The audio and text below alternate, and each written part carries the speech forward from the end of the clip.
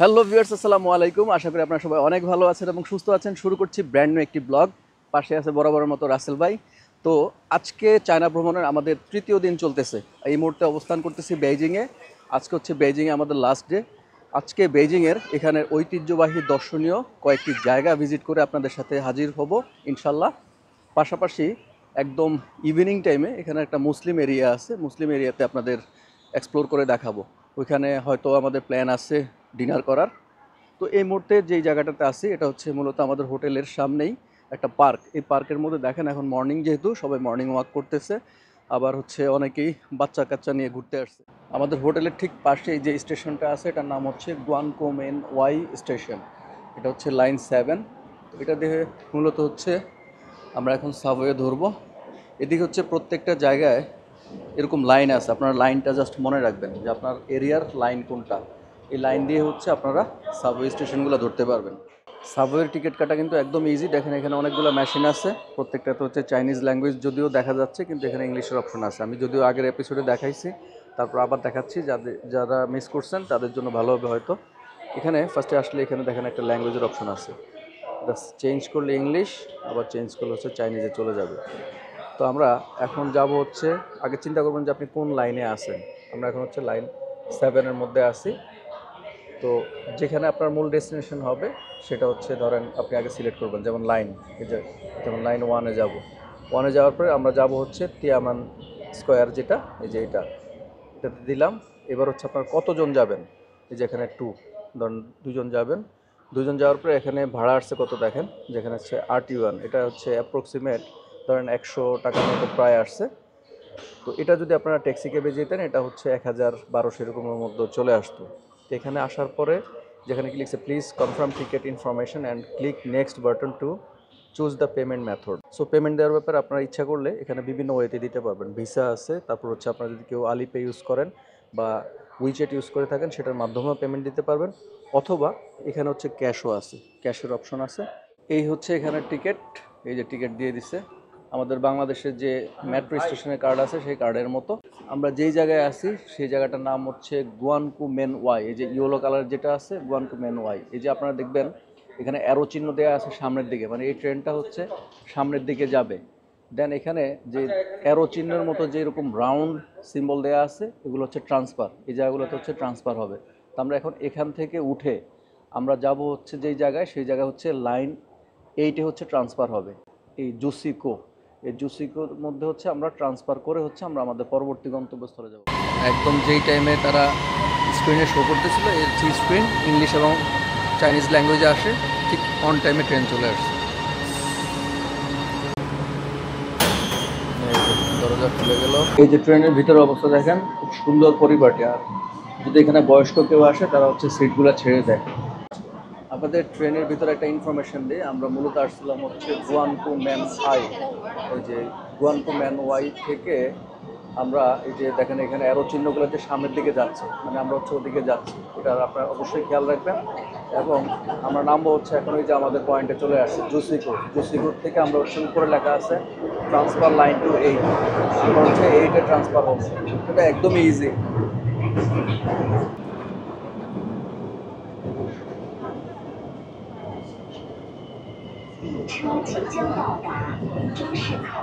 এখানে প্রত্যেকটা জায়গায় এরকম সিগন্যাল দেওয়া আছে, যেমন লাইন 8, আমরা হচ্ছে 8-এর দিকে যাব। মূলত হচ্ছে আমরা এই যে নিচে দিয়ে ওই পার থেকে এই পারে আসছি, এই পারে এসে আমরা এখন ট্রান্সফার হচ্ছি। দেখেন ওই যে প্রত্যেকটা জায়গায় লেখা আছে। তাহলে কার্ড দিয়ে দিচ্ছি।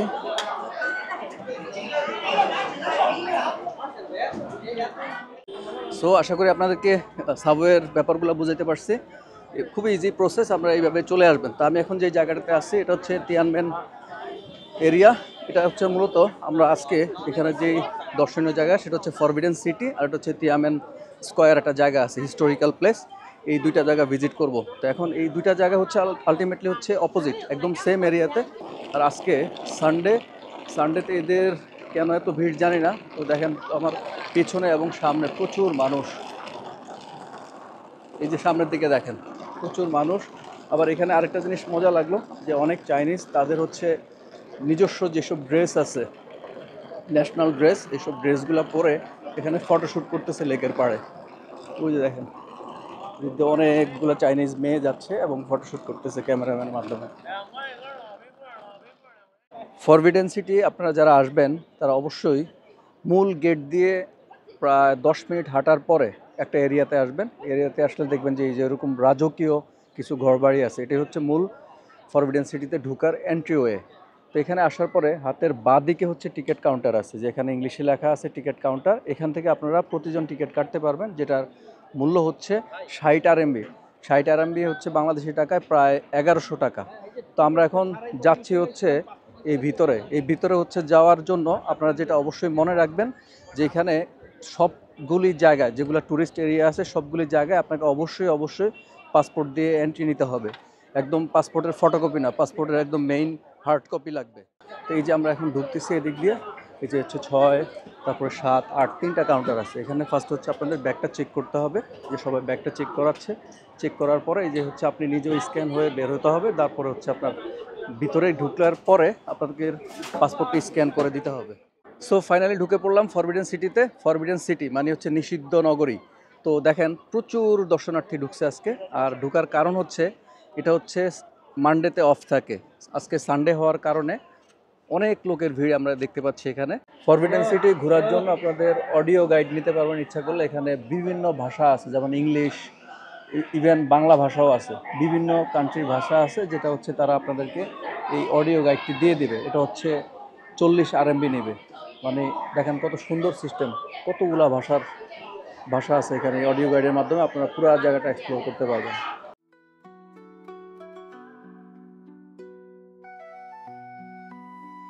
তো আপনাদের এই ফরবিডেন সিটি সম্পর্কে একটু সিম্পল একটা ব্রিফ বা আইডিয়া দিচ্ছি, যাতে আপনারা বুঝতে পারেন যে এই জিনিসটা আসলে কি। চীনের রাজধানী বেইজিংয়ের ঠিক হৃদয়ে অবস্থিত এক অনন্য প্রাচীন রাজপ্রাসাদ, এটাই হচ্ছে ফরবিডেন সিটি। এটির নির্মাণ কাজ 1406 সালে শুরু হয়ে 1420 সালে শেষ হয়। এরপরে প্রায় 500 বছর ধরে এটি ছিল চীনের মিং ও চিং রাজবংশের প্রায় 24 জন সম্রাটের আবাসস্থল। ফরবিডেন বা নিষিদ্ধ নামটি এসেছে কারণ সাধারণ জনগণ একসময় এই প্রাসাদে প্রবেশ করতে পারত না। কেবল রাজপরিবার, রাজকীয় কর্মচারী এবং বিশেষ অনুমতি প্রাপ্তরাই এখানে প্রবেশ করতে পারত। এটি পৃথিবীর সবচাইতে বড় প্রাচীন রাজপ্রাসাদ বা কমপ্লেক্স, যার মোট আয়তন প্রায় 72 হেক্টর এবং এর ভেতরে রয়েছে 980টি ভবন, প্রায় 8700টি কক্ষ। এছাড়াও এটার ভিতরে মিউজিয়াম আছে।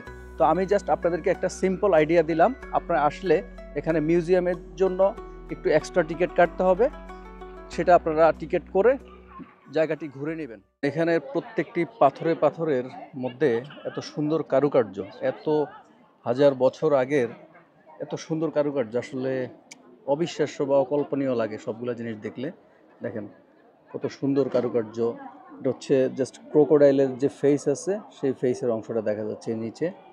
আর চারপাশটা দেখেন, এই জায়গাটার নাম হচ্ছে হেভেনলি পিউরিটি লেখা আছে। আমরা যখন এন্ট্রি দিয়ে ঢুকলাম, এখানে আসলে আপনারা গাইড নিয়ে ঘুরতে পারবেন, যারা হচ্ছে ইংলিশ গাইড, তারা ইংলিশে আপনাদেরকে প্রত্যেকটা প্লেস সম্পর্কে এক্সপ্লেন করে দেখাবে। নি হাও,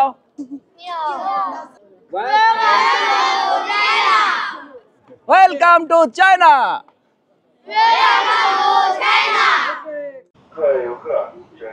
প্রচন্ড টায়ার্ড লাগতেছে। এখন হচ্ছে আমরা ফরবিডেন সিটি থেকে জাস্ট ঘুরে আসার পরে ঠিক ফরবিডেন সিটির পাশেই আরেকটা জায়গা আছে, এটার নাম হচ্ছে তিয়ামান স্কোয়ার বা তিয়ামান টাওয়ার।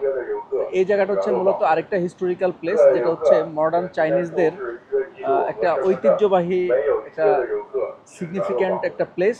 তো এই জায়গাটাতে আপনারা আসলে অবশ্যই একদিন আগে অ্যাপয়েন্টমেন্ট নিতে হবে। এটা হচ্ছে আপনারা উইচ্যাটের মাধ্যমে অ্যাপয়েন্টমেন্ট নিতে পারবেন। তো এখানে আসলে আপনারা অবশ্যই এই জিনিসটা এক্সপ্লোর করবেন, যারা একটু হিস্টোরি পছন্দ করেন। আর বিশেষ করে চায়নাতে আসলে এখানে আসলে হিস্টোরিক্যাল প্লেসের সংখ্যা বেশি, বিশেষ করে বেইজিংয়ে বা ফুল চায়নাতে। তো আপনারা যদি কেউ হিস্টোরিক্যাল প্লেস পছন্দ করেন, তারা এই জায়গাটা ভিজিট করতে পারেন। এটা হচ্ছে আমরা এখন ঢুকতে পারতেছি না, বিকজ এখানে ঢোকার জন্য আপনাদের একদিন আগে অ্যাপয়েন্টমেন্ট নিতে হবে। এই হচ্ছে পিছনে হচ্ছে এন্ট্রি ওয়ে। এখানেও আপনাদের মানে পাসপোর্ট এন্ট্রি দিয়ে ঢুকতে হবে, মানে পাসপোর্টটা স্ক্যান করে ঢুকতে হবে। প্রত্যেকটা জায়গায় সেম সিস্টেম। সো ঘুরতে ঘুরতে লাঞ্চ টাইম হয়ে গেছে, এখন হচ্ছে 3টার মতো বাজে। বাইরে অনেক রৌদ্র, টায়ার্ডও হয়ে গেছি। এখানে গুগল করে জাস্ট হালাল ফুড লিখলেই আপনারা শপের অ্যাড্রেস পেয়ে যাবেন। তো এখানে একটা রেস্টুরেন্টে আসছি, রেস্টুরেন্টে আসার পরে দেখলাম যে এখানে সিঙ্গাপুরিয়ান মালয়েশিয়ান কিছু লোক আছে, তারা খাচ্ছে। মূলত হচ্ছে এই রেস্টুরেন্টে আমরা কালকে রাত্রেও খেয়েছিলাম। এটা হচ্ছে ওয়াং ফুজিং স্ট্রিটের ঠিক পাশেই এই রেস্টুরেন্টটি। তো এখানে এসে আমরা যেটা নিয়েছি এটা হচ্ছে ফ্রাইড রাইস। ফ্রাইড রাইসের সাথে কি আছে, বিফ আছে, এগ আছে, আর এক্সট্রা হচ্ছে আমরা এগ নিয়ে নিছি। আর পাশাপাশি ওদেরকে আমি বলছিলাম যে গ্রিন চিলির মানে কাঁচামরিচের ছবি দেখাইছিলাম, পরে দেখেন কত বড় মরিচ দিয়ে দিছে, এই যে পুরা মনে হয় যে শশা কাইটে দিয়ে দিছে।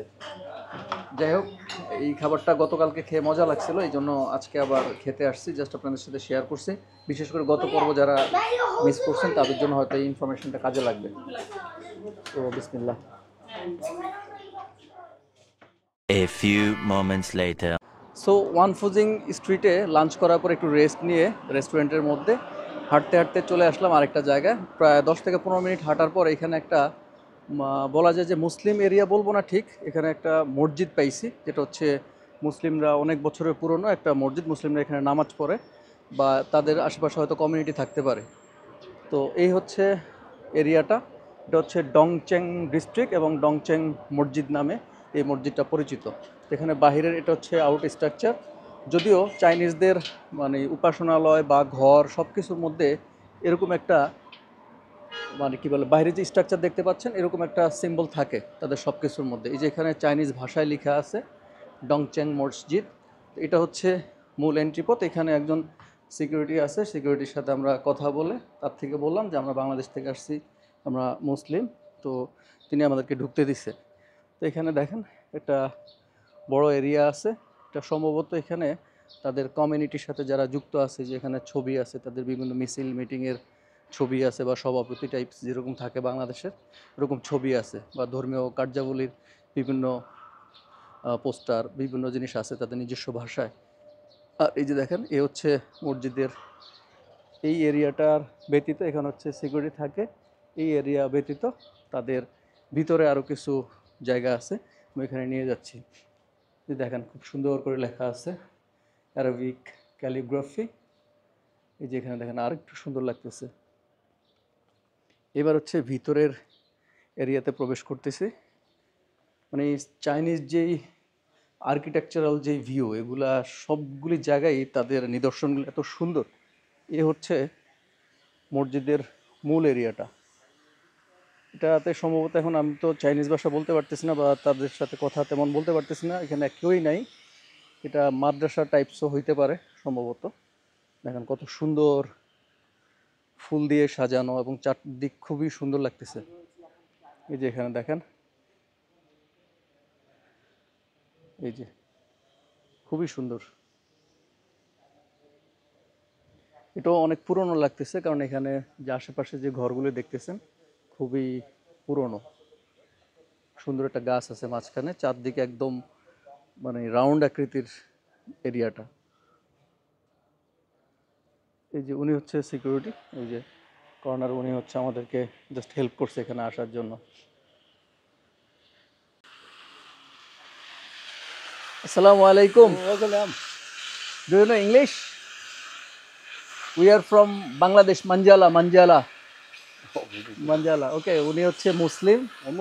মুসলিম তো উনি আমাদেরকে হেল্প করছে এই জায়গায় ঢোকার জন্য।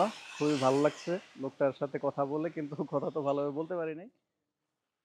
এখানে চাইনিজদের একটা গির্জা আছে এখানে পাশেই, তারা দেখেন স্ট্রিটের মধ্যে এরকম নাচানাচি করতেছে, তাদের ট্র্যাডিশনাল ড্রেস পরে আবার ভিডিও করতেছে এক সাইড দিয়ে দেখতেছি।